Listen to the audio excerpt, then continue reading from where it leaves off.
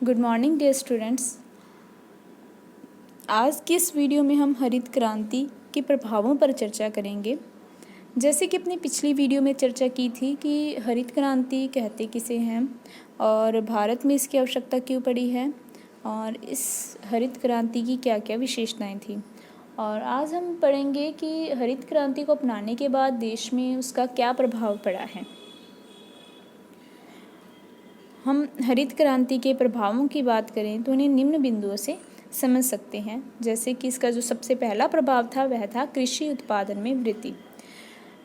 कृषि उत्पादन में वृद्धि की बात करें तो कृषि की विभिन्न फसलें हैं। जैसे कि अपने कृषि फसलों में देखा था कि खाद्यान्न फसलें हैं, औद्योगिक फसलें हैं, व्यावसायिक फसलें हैं। लेकिन हरित क्रांति के पश्चात देखें तो खाद्यान्न फसलों में बहुत अधिक वृद्धि हुई। इसी कारण से जो हरित क्रांति है इसे अनाज क्रांति भी कहा गया है। खाद्यान्नों में बात करें तो गेहूं, चावल, ज्वार, बाजरा, मक्का, इन सभी फसलों में वृद्धि हुई। यहाँ तक कि खाद्यान्न फसलों में तो दुगनी वृद्धि हुई, लेकिन जो गेहूं है, गेहूं में लगभग 5 गुना वृद्धि दर्ज की गई। इस कारण से इसे गेहूं क्रांति भी कहा गया। इसका जो दूसरा प्रभाव था हरित क्रांति का वह था खाद्यान्न के आयात में कमी। जैसे कि अपने ऊपर वाले बिंदु पर चर्चा कर चुके हैं कि हरित क्रांति के प्रभाव सबसे अधिक जो महत्वपूर्ण प्रभाव था उसमें खाद्यान्नों में बहुत अधिक वृद्धि हुई। तो इस कारण से जो खाद्यान्न थे, भारत में बढ़ती हुई जो जनसंख्या थी उसके भरण पोषण के लिए विदेशों से खाद्यान्नों का आयात करना पड़ता था। लेकिन हरित क्रांति के पश्चात खाद्यान्नों में इतनी अधिक वृद्धि हुई कि आयात के स्थान पर अब देश आत्मनिर्भर हो गया। इनफैक्ट कई खाद्यान्न फसलों का तो निर्यात भी करने लग गया। प्रोफेसर दंतेवाला ने यह कहा था कि हरित क्रांति ने सांस लेने का समय दिया है। इसके फलस्वरूप खाद्यान्न की कमी की चिंता से छुटकारा मिला है तथा नियोजकों का ध्यान भी भारत की योजनाओं की ओर लगने लगा है। यानी कि उससे पहले जो भारत में नियोजक थे उनका ध्यान सिर्फ खाद्यान्नों पर था कि खाद्यान्न आपूर्ति कैसे की जाए। लेकिन हरित क्रांति के प्रभाव से उनको सांस लेने का समय मिला है, यानी कि उनको भी राहत महसूस हुई है। अब वह देश के प्रति अन्य योजनाओं को तैयार कर सकेंगे। तो इन्हीं शब्दों से हम अनुमान लगा सकते हैं कि हरित क्रांति के प्रभाव से भारत में खाद्यान्नों में कितनी अधिक वृद्धि हुई है।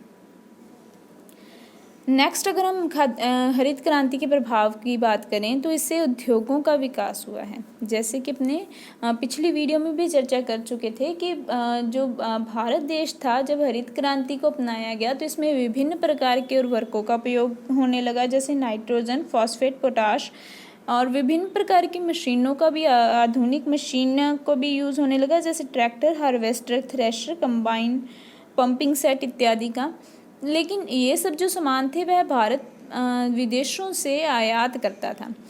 लेकिन धीरे धीरे देश आत्मनिर्भर बनने लगा क्योंकि उसे पता था कि इसकी आवश्यकता पड़ती रहेगी। इसलिए उन्होंने अपने देश में ही, भारत में ही विभिन्न प्रकार के उद्योगों का विकास किया गया, विभिन्न प्रकार के उद्योगों की स्थापना हुई, जिससे कि भारत देश में औद्योगिक विकास हुआ।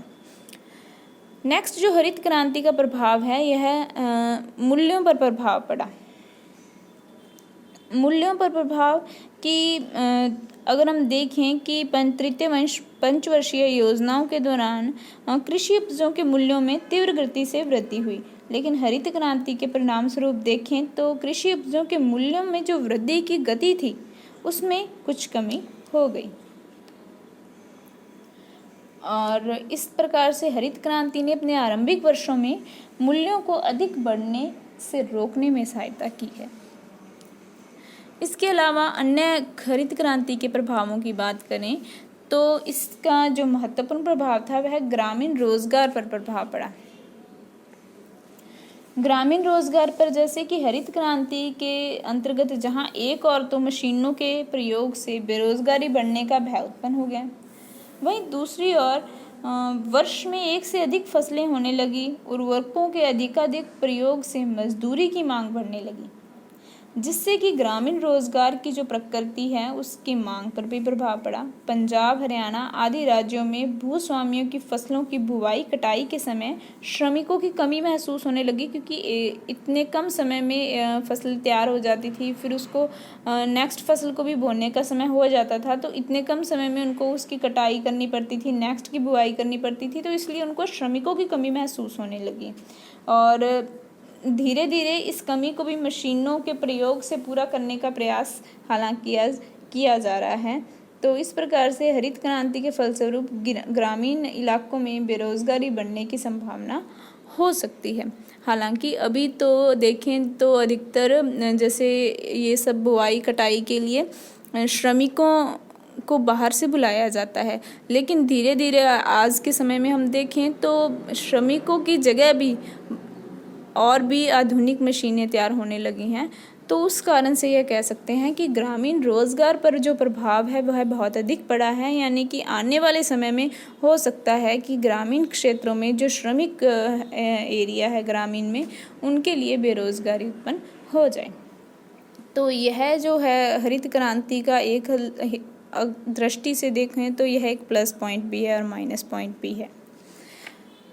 नेक्स्ट प्रभावों की बात करें तो किसानों की विचारधारा में परिवर्तन आया है। किसानों की विचारधारा में परिवर्तन की बात करें तो भारतीय जैसे किसान थे प्राचीन काल से ही अनपढ़, रूढ़िवादी तथा अंधविश्वासी रहा है, क्योंकि वह साथ ही साथ वह कृषि के पुराने ढंग को अपनाता रहा है और अपनी निर्धनता, अज्ञानता को अपने दुर्भाग्य का परिणाम समझता रहा। लेकिन हरित क्रांति ने भारतीय किसानों की जो विचारधारा है उसमें परिवर्तन कर दिया और किसान नई कृषि पद्धति को अपनाने लगे। उनका यह भ्रम दूर हो गया कि जो अगर फसलें खराब हो जाती हैं तो वह प्रकृति का प्रभाव है। अब अगर फसलों को कीड़ा लग गया है तो वह उसके लिए उस प्रकार की खाद कर देता है ताकि वापस से उस फसलों में मनचाहा अपने उत्पादन प्राप्त कर सकें। तो इस प्रकार से जो किसानों की विचारधारा थी उनमें भी परिवर्तन आया है और उन्होंने पुरानी जो कृषि पद्धति है या प्रकृति का जो भय है उन सब को बंद करके, उन अंधविश्वासों को दूर करके नवीन कृषि पद्धति के अनुसार अपनी जो कृषि है वह करने लग गए हैं। नेक्स्ट हरित क्रांति के प्रभाव की बात करें तो पूंजीवादी खेती होने लगी है। पूंजीवादी खेती जैसे हरित क्रांति से पूरा लाभ लेने के लिए विभिन्न प्रकार की मशीनों, उर्वरकों, उन्नत बीजों इत्यादि का प्रयोग किया जाता है। तो इसके लिए पर्याप्त धन की आवश्यकता होती है, जिससे कि कृषि में पूंजीवाद को बढ़ावा मिला है। तो इसीलिए इसको हरित क्रांति को पूंजीवादी खेती भी कहा जाता है।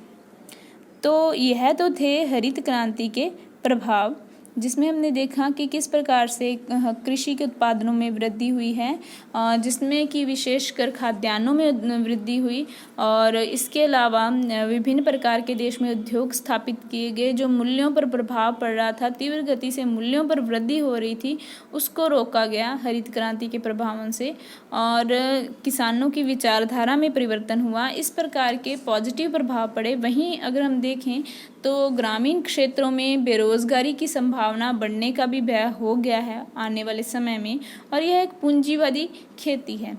पूंजीवादी खेती, इसमें बहुत अधिक पूंजी की आवश्यकता होती है।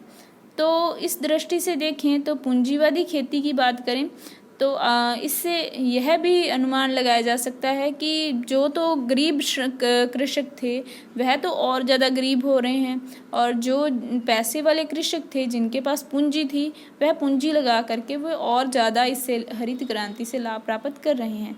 तो एक हिसाब से देखें तो हरित क्रांति ने इस प्रकार से पूंजीवादी खेती के कारण क्षेत्रीय असमानता में भी वृद्धि की है।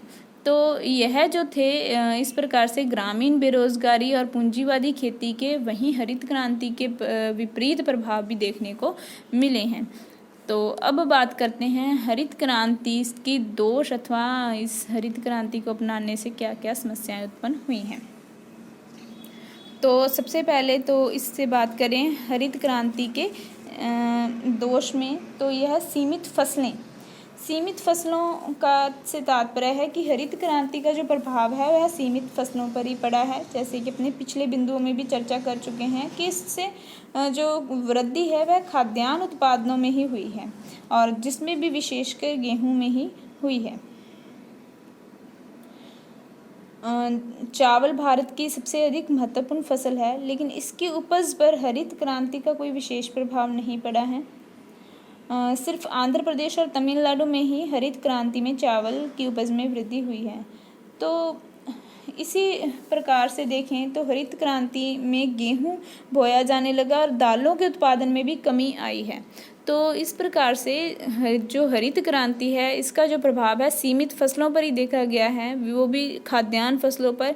इनफैक्ट कई ऐसी फसलें हैं जिनके उत्पादन में तो हरित क्रांति के कारण कमी आई है, जैसे कि अभी बात कर चुके हैं दालों में कमी आई है। नेक्स्ट है हरित क्रांति का जो प्रभाव था वह सीमित प्रदेश पर था। सीमित प्रदेश पर था क्योंकि जो देश की लगभग 40% भूमि थी वह हरित क्रांति से प्रभावित हुई, जबकि जो 60% कृषि भूमि है वह हरित क्रांति के प्रभाव से वंचित रह गई। पंजाब, हरियाणा और पश्चिमी उत्तर प्रदेश यह विशेषकर जो कृषि भूमि थी भारत की, यह हरित क्रांति से प्रभावित हुई है। और इनके अलावा आंध्र प्रदेश और तमिलनाडु की भी कृषि भूमि पर प्रभाव पड़ा है, जबकि अगर हम देखें देश के अन्य भाग जैसे मध्य प्रदेश, उड़ीसा और शुष्क प्रदेश इत्यादि पर हरित क्रांति का कोई प्रभाव देखने को नहीं मिला या फिर बहुत कम प्रभाव देखने को मिला।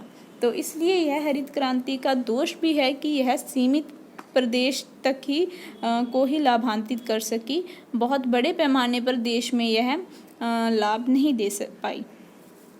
नेक्स्ट है क्षेत्रीय असमानता में वृद्धि।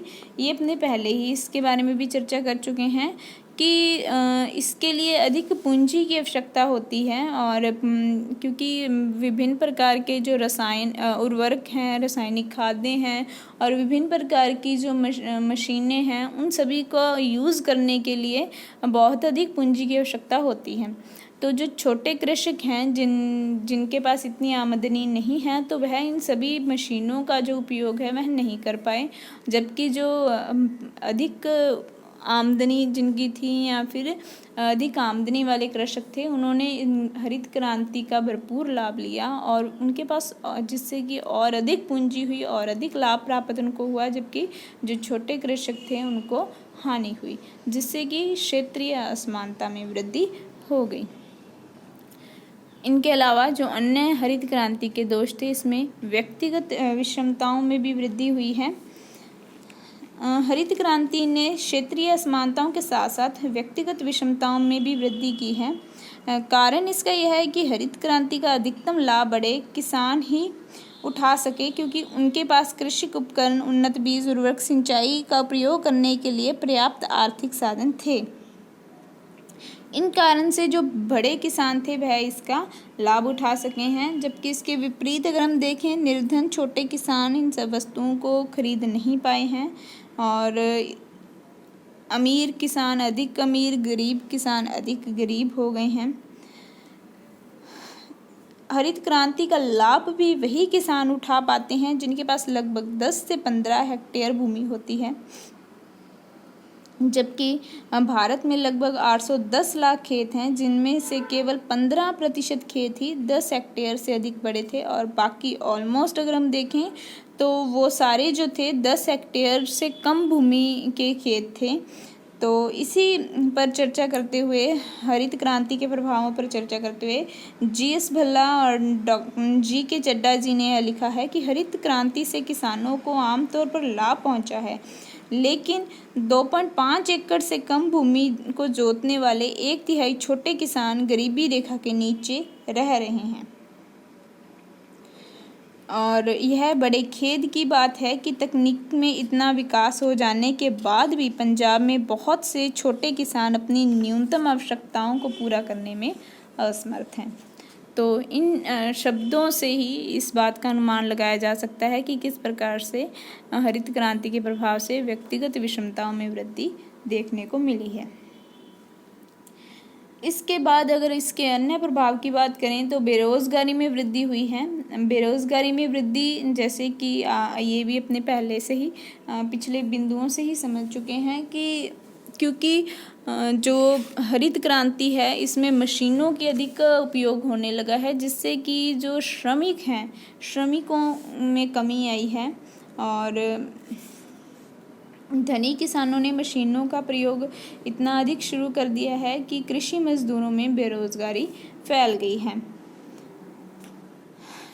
हालांकि ग्रामीण तथा कुटीर उद्योगों में कुछ श्रमिक रोजगार प्राप्त कर रहे हैं, लेकिन निर्धन और भूमिहीन मजदूरों की दशा पहले से भी ज़्यादा खराब हो गई है। और लास्ट जो हम देखें इसका जो दोष है हरित क्रांति का, वह है कृषि उत्पादन में कम वृद्धि दर। कि हरित क्रांति से कृषि उत्पादन में उतनी अधिक वृद्धि नहीं हो सकी जितनी की आशा की गई थी। यह जो वृद्धि थी यह खाद्यान्नों तक ही सिमट के रह गई, जबकि जो अन्य अगर हम ऑल ओवर कृषि उत्पादन की बात करें तो यह उतनी अधिक नहीं रही जितनी अधिक अपने अभिलाषा की गई थी। अब बात करते हैं हरित क्रांति के स्थायित्व के लिए सुझावों की।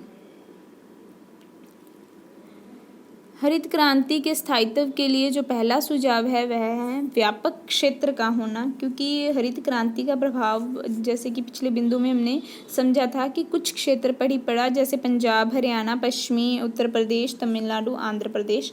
लेकिन हरित क्रांति का जो स्थायित्व है उसके लिए यह आवश्यक है कि इसका जो प्रभाव है वह व्यापक क्षेत्र पर होना चाहिए, यानी कि लगभग देश के सभी भाग जो हैं उन पर वह भी हरित क्रांति से लाभान्वित हों, ऐसा प्रयास करना चाहिए सरकार द्वारा। नेक्स्ट है व्यापक फसलें, जो कि हरित क्रांति का प्रभाव अपने खाद्यान्न फसलों पर देखा गया था, उसके स्थान पर जो हरित क्रांति है उसका प्रभाव लगभग सभी कृषि उपजों पर होना चाहिए, तभी यह क्रांति सफल हो सकती है। सिंचाई की सुविधा, हरित क्रांति को सफल बनाने के लिए सिंचाई का बहुत अधिक महत्व रहा है। अधिक उपज देने वाले बीजों के लिए सिंचाई अनिवार्य थी और इस कारण से अधिक क्षेत्रों में सिंचाई की व्यवस्था की जानी चाहिए। सिंचाई में वर्तमान में देखें तो कुएं, नलकूप, तालाब आदि महत्वपूर्ण स्थान रखते हैं।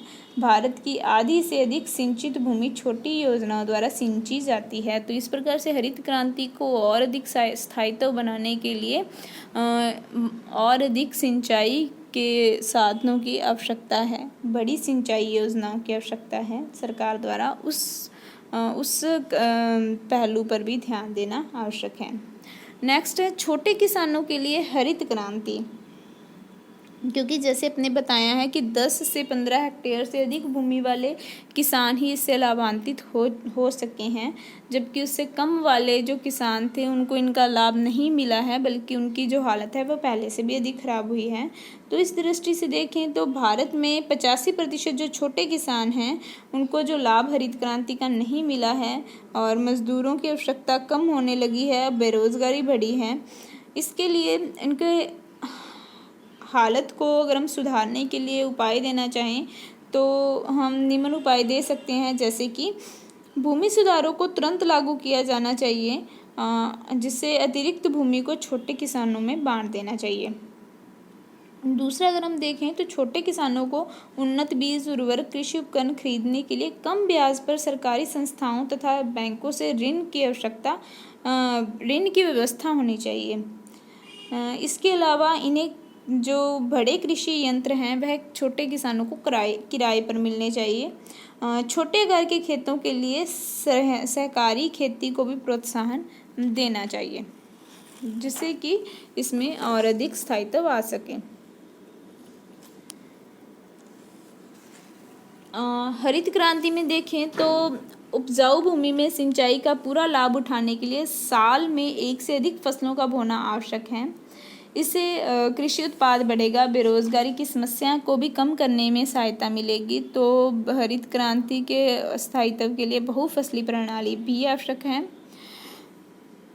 एकीकृत फार्म नीति यानी हरित क्रांति की सफलता के लिए एकीकृत फार्म नीति अपनाई जानी चाहिए, जिसके अंतर्गत उन्नत बीज, रासायनिक उर्वरक, कीटनाशक, औषधियाँ, कृषि यंत्र आदि उचित मूल्य पर पर्याप्त मात्रा में उपलब्ध करवाने चाहिए, ताकि इससे निर्धन किसानों को भी पूर्ण लाभ मिल सके।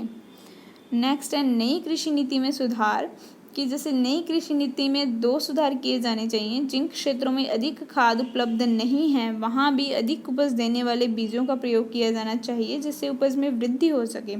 दूसरा यह है कि रासायनिक उर्वरकों के उत्पादन के लिए खनिज तेल पर आधारित तकनीक के स्थान पर कोयले पर आधारित तकनीक का प्रयोग करना चाहिए, क्योंकि भारत में खनिज तेल की कमी है और कोयला पर्याप्त मात्रा में उपलब्ध है।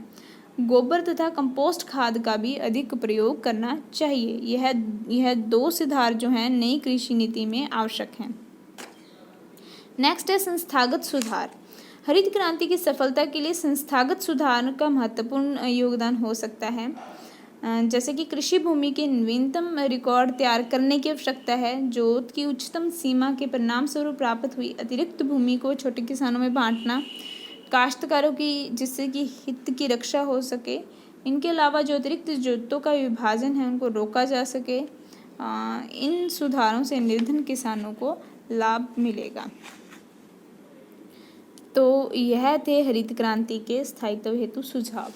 तो इन जो पिछली वीडियो थी और जो आज की वीडियो है, इनमें आप यह समझ चुके हैं कि जो हरित क्रांति है यह कहते किसे हैं, भारत में इसकी आवश्यकता क्यों पड़ी है, इसकी क्या क्या विशेषताएं थी और इसके जो प्रभाव थे वह हमें किस परिणाम स्वरूप किस रूप में देखने को मिले हैं। इससे बहुत सारे फ़ायदे भी हुए हैं, जबकि कुछ चीज़ें ऐसी थी जिनके लाभ से वंचित रह गई। कुछ फसलें वंचित रह गई, कुछ प्रदेश वंचित रह गए, छोटे किसान वंचित रह गए हैं, बेरोज़गारी की समस्या बढ़ रही है। तो हरित क्रांति के स्थायित्व के लिए इन सभी समस्याओं का समाधान भी आवश्यक है, जिसके लिए हमने भी विभिन्न बिंदुओं पर चर्चा की है कि छोटे किसानों को लाभ देने के लिए क्या क्या किया जाना चाहिए और जो सीमित क्षेत्र पर इसका प्रभाव था हरित क्रांति का, उसे पूरा देश उससे लाभान्वित होना चाहिए। लगभग सभी फसलें लाभान्वित होनी चाहिए। तो यह था हरित क्रांति। आशा है कि आप हरित क्रांति को समझ गए होंगे और इसके अभी भी अगर आपको इसमें कुछ डाउट हैं या फिर डाउटेबल क्वेश्चन हैं तो आप कमेंट बॉक्स में नीचे पूछ सकते हैं। और आज के लिए इतना ही। नेक्स्ट जो वीडियो होगी वो नेक्स्ट किसी अन्य टॉपिक पर बनाई जाएगी। धन्यवाद।